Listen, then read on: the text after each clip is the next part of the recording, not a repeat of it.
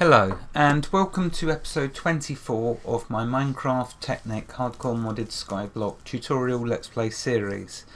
In this episode we shall start and hopefully complete the quest Gaining Control. So in the last episode we left off with making the flax crystal. Let's go into the quest journal and take a look. So leaving the Stone Age, 39% complete now, so let's open that.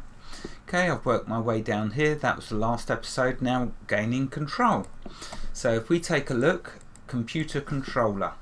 ME chests only scratch the surface of what you can do with applied energistics. To use anything more than ME chests, you will need a controller. This is both the brain of your ME network and the central point for power. For an ME device to be powered, it must be connected to a powered ME device via ME cable or adjacent to it, touching the side. Any device which is powered by your controller is also part of the network. Thereby, any device powered by your network, which you then put another device next to it, it will also be powered. You will need to craft another controller if you want more than one network. Sometimes multiple networks is preferable to the energy cost of running long ME cables to distant devices. When you have power connected to the controller, the front will light up displaying the internal power level. If you open the block, you will see a screen that displays what is connected to your network and how much energy it is costing per tick. Remember, 20 ticks per second. More connections means more power is used. It is suggested that you click on the power button until it displays MJ. 1 MJ is equivalent to 10 RF. So here we are, we need to make an ME controller, and this is where now it's going to start to get really cool, because I really love the applied energistics mod. So let's make the ME controller and then take a look at what it's just telling us. So let's go up here. And what I've done now is, because there's so many different components to the ME network, and to make it easier for me to show you them, what I've done is I've made all of these schematics, and here you can see what items I'm making out of them 3 recipes. See them 3 there? And if I go to the next one, at a glance I can see it's them 3. And the next one, we're looking for the controller. There it is. So ME controller. To make the ME controller,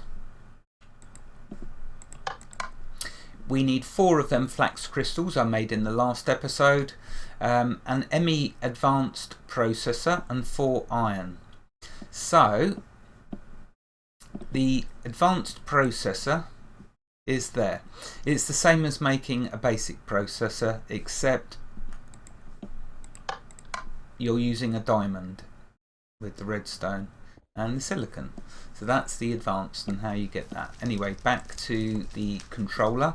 So once you've got them components with the flax crystals, then we have ourselves a controller. So let's go place that down. I'm going to put the ME network over here simply because it's above that second power source that I made. So hopefully it won't get too congested. I can always run cables off. I don't mind it being long and sprawled because I've got lots of power. Yay. Okay, so there's our ME controller, and you see the slowly filled with power. So that's now fully powered. If we right click on it, you can see in here we don't have any devices connected so far. So that's our first job. It did say about clicking, here we are, so that's adjusting it between EU and kilowatts.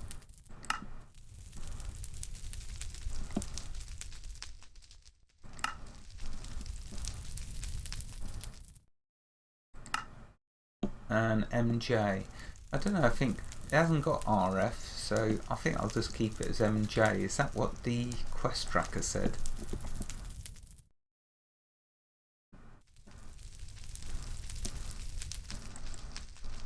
Yeah, MJ, so that's what it said. So there we go, and that's how you assign it to show the different voltages.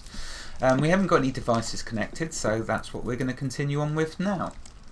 Okay, so that's done. VIP access. Now you need to craft an access terminal and connect it to your controller, most probably by placing it next to the controller. This allows you to access all inventories in your network, such as connected ME chests, from a single location. Just like the chest, you can remove a stack at a time or an item at a time. Since it costs energy to remove and add items to the network, it is preferable to remove one item rather than removing a stack. Putting one item in your inventory and putting the rest, yeah, you know what, that's just simpler to show you. So we need an ME access terminal. If we come over here, there's our ME access terminal. Now, to make the ME access terminal, you need another one of them conversion matrices, which we made, a ME cable, iron and glass. So let's grab ourselves the access terminal. Okay, if we now put that down over here next to this, you'll see it gets powered. If we right click on it, now any items we store within our ME drives, once I connect it, will show up in here. Okay, so really it should have really got me to do the ME drive on the network next, but let's have a look. Okay, so that's that. Let's claim the reward. Okay, that's gaining control. Moving along. Here we go. This is the one we want. Storing and upgrading. ME chests are cool, but you can do better. Let's read this over here. We're not going to get so much trees. It's time to learn about proper storage and upgrading that storage. When you crafted the 4K disk, you probably noticed that it required 3 of the storage cells. Am I in the right one? No, I'm not. The ME drive allows you to store disks directly into your network without having to have an ME chest. The lights on the front indicate the status of the corresponding disk. Like the ME chest, green means space and types are available. Orange means that it cannot hold any more types, but there is still space available for the types that are already in there, and red means the disk is full. If all the lights are off, then the ME drive isn't receiving power. So let's make an ME drive, or at least grab one. Okay, that's the ME chest. There we go, ME drive. To make the ME drive, 4 iron, chest, 2 basic processors, 2 glass, and the chest that I mentioned. That gets us the ME drive. Let's make another one, because I don't want to keep removing these out of there. That's how I know where they are. Okay, with the ME drive, we'll bring it over here and place it next to our existing network. Okay, now if I right click on it, there's all the empty slots. So let's show you putting in a 1000 storage. So you put it in there, and now that will appear here. You see, now we've got an ME drive and an access terminal attached to the network, so the controller's showing us that. The amount of energy it's using. Now if we go to the access terminal, if I'd have put any items, well, now I can just shift left click. You see, the spruce wood has now gone into the terminal, and the spruce wood is being held on that. See, it's used up 1 type and it's using up 16 bytes. Okay, but I'm going to need to be using that, so what I want to do is take that out, grab that back. You see, it's hot swappable, you can put stuff in, take it out, it's really great. Anyway, so let's look at the quest book. So that's the ME drive, done and dusted. Storage mechanics. Now that you have a drive, it's time to put a disk in it. But how do these disks work? There is a 1K, 4K, 16K and 64K disk, and some advanced large storage disks. The number indicates how many bytes of information the disk can hold. Each stack of items, 64 items in a stack, consumes 8 bytes. So that means a 1K disk can hold 128 stacks, or 8,192 items. Not quite each, well, where it says items, right, not quite. Each item type stored in the disk incurs an 8-byte overhead penalty. So with one type of item in the disk, you can hold a total of 127 stacks of items. With all 63 types filled, you can only hold a total of 65 stacks of items. Well, I'm just make a bigger disk, you say. This overhead penalty quadruples in each successive tier. So in the end, this means you will want to store your 520,000 cobble by itself in a 64K disk, which is very expensive to make. But store the random junk that you have in one of the... Oh, you know what? Let's just make an ME 4K storage. Let's first sleep, because we don't want a creeper jumping out on us. Okay, so let's see where I've put that one that we've got to make. Not there. Not there. That's the 1K storage. Oh, wait a minute. There it is, the 4K storage. So, it's this one here. To make the 4K storage, 3 iron, 3 redstone, 2 glass, and a storage segment, which I believe I've gone over. Let's just show it just in case. The storage segment is 4 redstone, 4 Certus quartz, and a basic processor. Okay.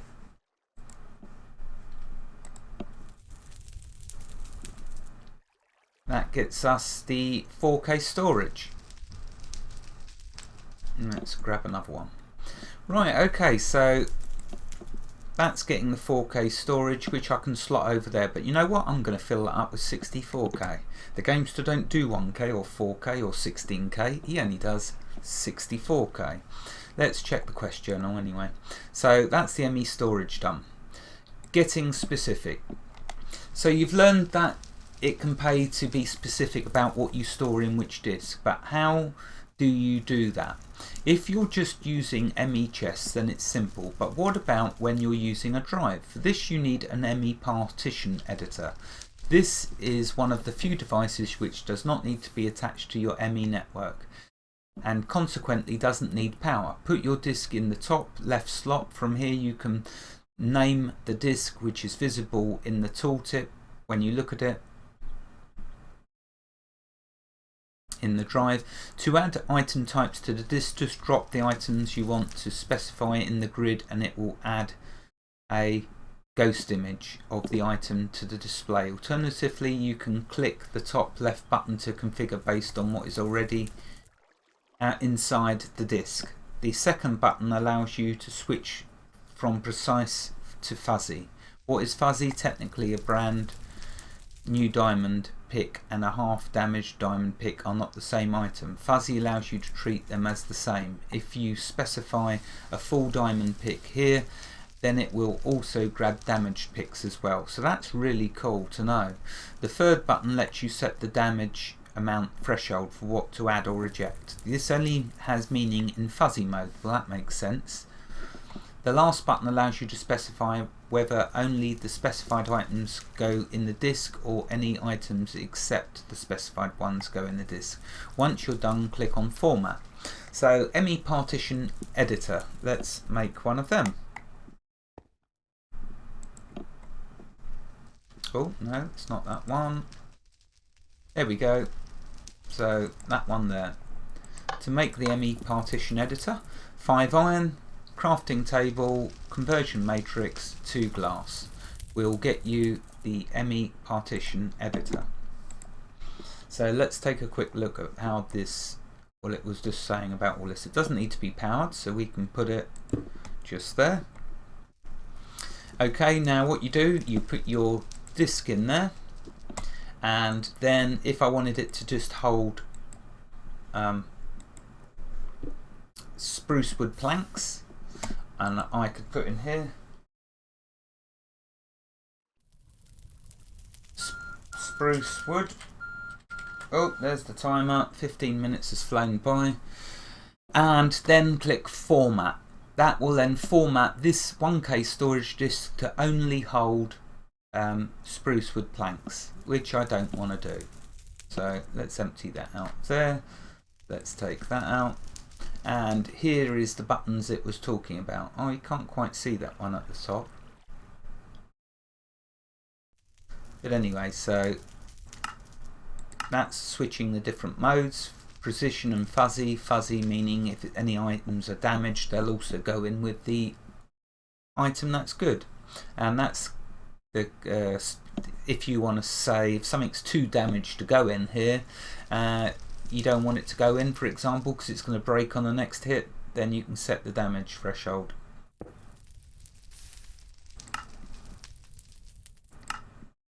So there we go, that's that.